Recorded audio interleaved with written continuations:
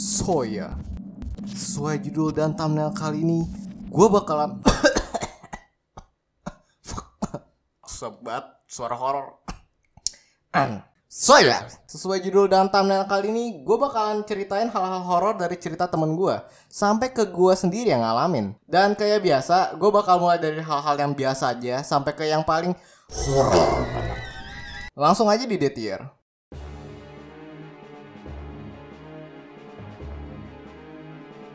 Mungkin ini kayaknya nggak terlalu serem buat kebanyakan orang, tapi buat gue yang waktu itu sih lumayan mencekam gitu kejadiannya. Ini kejadian tuh terjadi karena abis gue ngatain si Daryl yang abis operasi. Soalnya gue tuh ngejenguk rumah dia terus sengaja gitu, kayak loncat-loncat selagi dia cuma bisa tiduran di kasur. Nah, lusanya abis gue jenguk dia, gue tuh langsung kena demam berdarah. Nah, gue tuh jadinya harus dirawat inap gitu di salah satu rumah sakit. Gue yang biasanya takut kalau disuntik, ini tuh langsung pasrah gitu. Kayak, ya udah nilah tangan lah, suntik aja lah.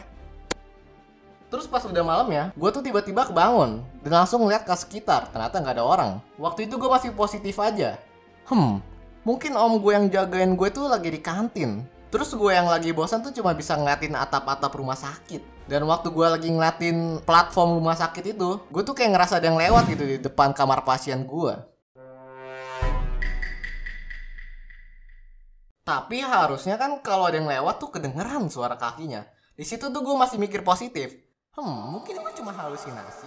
Dan gak lama abis itu, gue tuh langsung dengar kayak suara langkah kaki yang ngedeket ke arah gue. Dan gue kira tuh itu om gue yang habis dari kantin. Dan suaranya pun makin lama makin deket gitu. Dan ternyata pas di depan gue, gak ada orang yang lewat sama sekali. Kok tadi ada yang lewat tapi gak ada suara. Sekarang ada suara tapi gak ada yang lewat. Nah, karena udah terlanjur ketakutan, gue tuh langsung selimutan sampai pagi. Apapun yang terjadi gitu.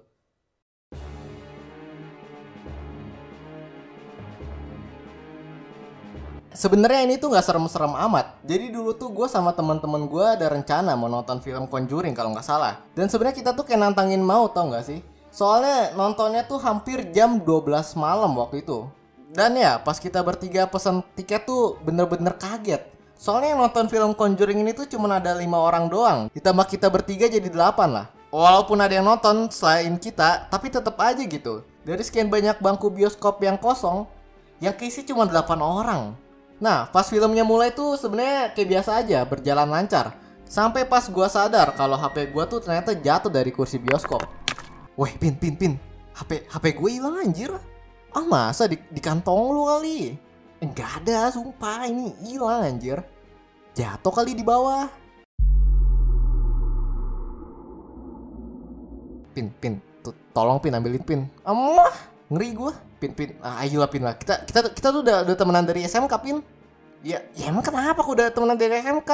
Ya nggak apa-apa, ngasih tau doang, Pin, tolong lah Pin lah. Nggak mau. Nah, karena teman-teman gue tuh mentalnya Barbie semua, jadi mau nggak mau harus gue sendiri gitu yang ngambil di kursi bioskop sambil nutup mata. Dan ya untungnya tuh nggak ada apa-apa di bawah. Coba aja bayangin kalau misalnya ada yang megang tangan gue di bawah waktu itu. Udah diusir dari bioskop kali gue. Dan ya pelajaran yang bisa gue petik dari cerita ini emang kalau menonton film horor tuh emang harus bawa temen yang gak satu ras gitu sama lo, penakut gitu.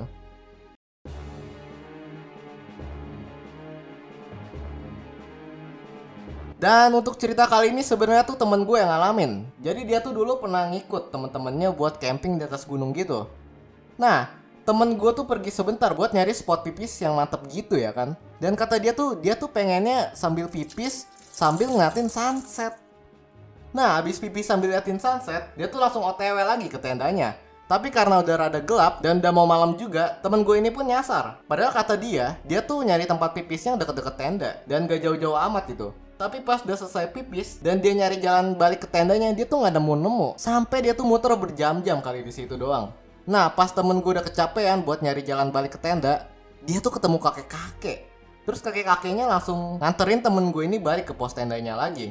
Dan pas temen gue mau bilang terima kasih ke kakek-kakeknya, ya masih ada lah kakek-kakeknya. Ini bukan kayak film-film horor gitu yang langsung hilang aja anjir.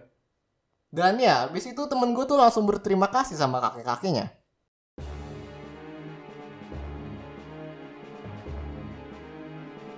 Jadi cerita kali ini tuh sebenarnya di rumah gua sendiri, tepatnya jam 12 malam waktu itu. Dan waktu itu gua tuh abis mau ambil minum. Abis ambil minum, gua tuh langsung mau OTW, tidur. Nah, tapi pas gua mau OTW ke kasur, gua tuh denger kayak ada suara cewek yang teriak-teriak di tengah malam gitu. Sebenarnya awalnya gua diemin aja. Tapi kok makin lama makin kenceng suaranya. Di situ iman gua udah mulai goyah ya. Dan akhirnya gue pun memberanikan diri buat ngecek ke jendela luar. Tapi pas gue lihat tuh kayaknya tetangga nggak ada yang notice gitu suara nangis itu. Sampai pas gue nanya ke emak gue, Mah, denger gak sih suara orang nangis?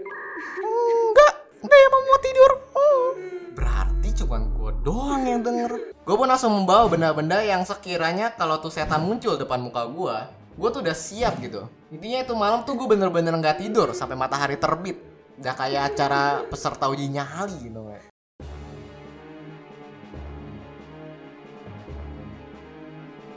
Ini cerita tuh pas awal-awal gue magang dulu. Dan ya, gue tuh bareng 2 teman gue lagi. Dan kita bertiga tuh sepakat buat magang dan sekalian cari kos-kosan di Jakarta. Awalnya sih berjalan lancar aja kayak ngekos gitu di tempat itu. Sampai pas suatu malam, temen gue ini tuh pengen cari makanan di luar. Karena gue ini termasuk teman yang baik, suka menolong, rajin menabung, dan berbudi luhur. Akhirnya gue tuh temenin dia keluar kos jam 3 pagi waktu itu. Nah, pas sampai di depan gerbang kos-kosan, gue tuh ngeliat kayak ada orang pakai baju putih gitu berdiri di depan gang. Cuman kayak diem doang gitu. Nah, karena mata gue ini minus, jadi gue tuh samar-samar ngeliatnya. Dan dengan perasaan penasaran campur takut, gue tuh sama temen gue ini langsung ngelewatin sesuatu yang pakai baju putih ini. Dan pas udah rada jauh, akhirnya gue tuh beraniin diri buat tanya temen gue, Weh, Mar, tadi di gang tadi lu ngeliat gak sih ada orang pakai baju putih, diem doang gitu? Terus dia jawab, kagak, mana ada orang tadi, cobain lo lihat.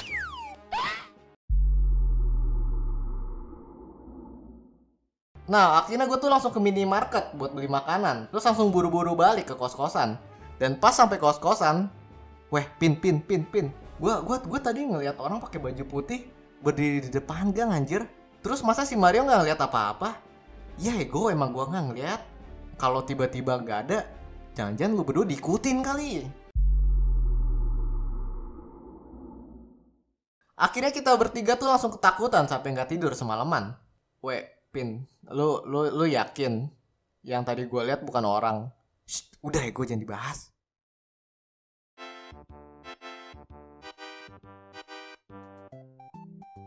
Ya, ini udah masuk sesi end screen ya. Jadi gue mau bilang thank you buat yang udah kirim fan art di IG. Sekali lagi gue ucapin thank you.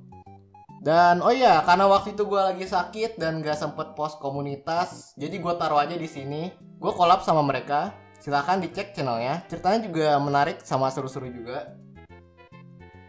Dan juga gue mau ngasih tahu. Tapi kayaknya udah pada tahu sih. Tapi ya udahlah, gue kasih tahu lagi. Kalau gue tuh sering diajak dan ikut live stream di channelnya si Daryl. Dan kalau udah mau mulai live-nya juga ntar gue bakal kasih tahu di IG atau post komunitas gue. Jadi ya silakan aja yang mau nonton makhluk-makhluk ber-IQ minus kuadrat ini dan berbudi luhur sambil mainnya live gitu.